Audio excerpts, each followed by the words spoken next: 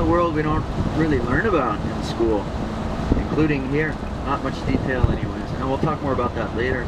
But no matter where we're from, when we tell our friends and neighbors we're going to Tahiti, there's a certain amount of jealousy. Tahiti, Bora Bora invoke visions of paradise.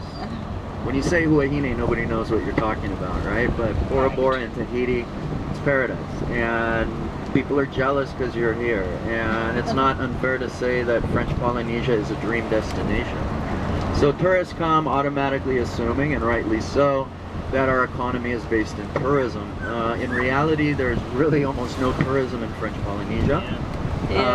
We've never had more than 250,000 tourists in a year come to French Polynesia. Last year we only had about 170,000 tourists to all the islands combined. Yet we have the second highest standard of living for the South Pacific after New Zealand, for an island nation. The road we're driving on is perfect, it's clean. We've got only 7,000 people on this island. There's 118 islands in French Polynesia. There's about 270,000 people now. And 90% of the homes here have potable water, electricity. We have schools, doctors, dentists, even a speech therapist. If you go to the independent parts of the South Pacific, you're gonna see a level of poverty that doesn't exist here. So we've got this really high standard of living, no tourism. Where's the money coming from? Our number one source of revenue is aid from France.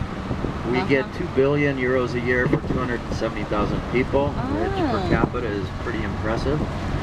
We're the French territory with the most autonomy and the most per capita aid.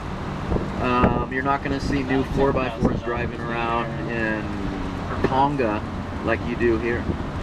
So, you know, it's great we've got this standard of living that we have. The problem is it's artificial and we need tourism. The population is exploding.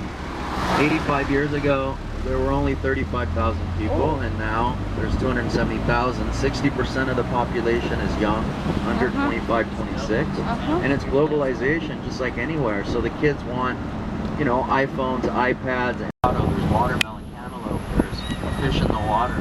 But 90 to 95% of the food consumed in French Polynesia now is imported. It's taxed. We don't have income tax.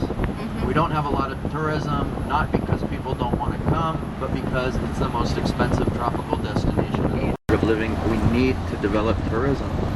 So Huahine is an island that's very laid back. It's very Polynesian. If you're going to Bora Bora or you've already been there, the lagoon's amazing. But the ambiance is tourism. We're here, it's people fishing, farming. Huahine is the #2 producer of vanilla after Taha. The main producer of watermelon and cantaloupe. Other fruits, vegetables, and tubers are produced, sold, and consumed on the island. It's going to take a long time to really change the culture as far as the way people see things and think, etc. So, you know, French Polynesia has gone through 4 huge cultural explosions, and the first was the canon, the second was the Bible, the third was nuclear testing, which completely changed the economy and the lifestyle of the that was done in '67.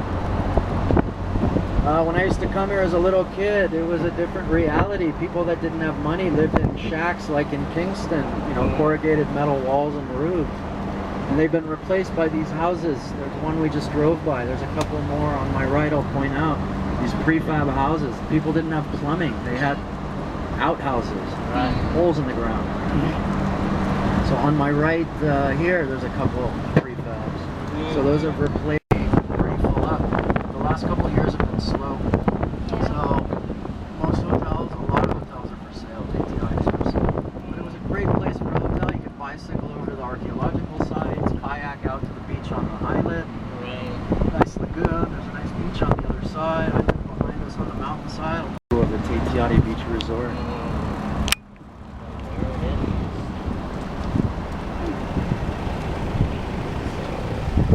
Opening in the lagoon.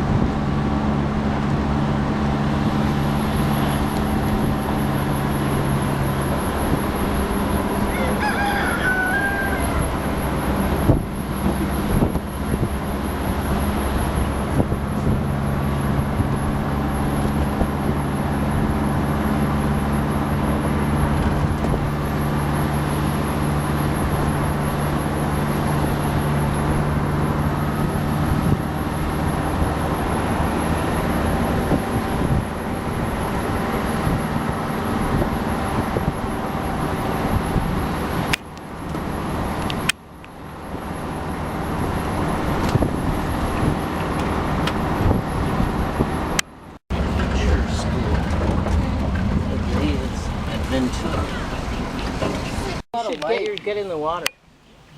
So I'm not even gonna. well, you know what? When I started doing tours, I'd bring people in, and a guy got badly bitten, and ever since. It's a young couple on a honeymoon. The wife just freaked out when she saw blood. Really? I fed them the last time I was here. You know, they're pretty easy to feed. But He wasn't paying attention. He's holding the fish, talking to his actually to make outriggers on canoes. You can strip the bark off the branches. It's very strong. You can use it as temporary rope. You can separate the inner bark and use that to make the dancing skirt.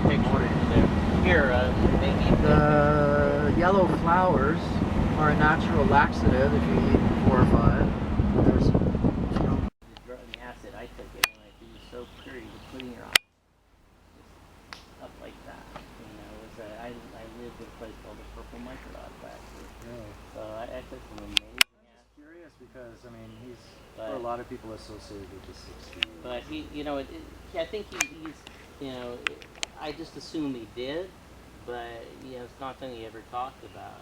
But it would have been you know, at a time when like a lot of very straight people, like Luce was the editor of Time magazine, who dropped acid. I don't know. Yeah, I mean, and a lot of just people who were sort of interested in the world and wanted to See how it could be different. see how it could be different.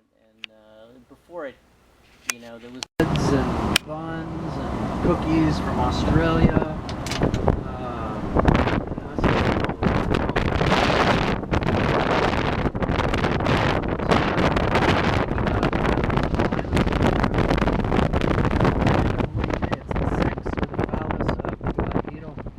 And they say it was Ito who broke Huahine into 2 islands. He was from Huahine, he was a giant. He was on Raiatea. Huahine at the time was an island, and he had to visit, so he built a canoe and he was sailing across and he fell from Huahine. He was a giant. He was on Raiatea. Huahine at the time was an island, and he had to visit, so he built a canoe and he was sailing across and he fell asleep. The wind pushed the boat into the island. And he lost his sex.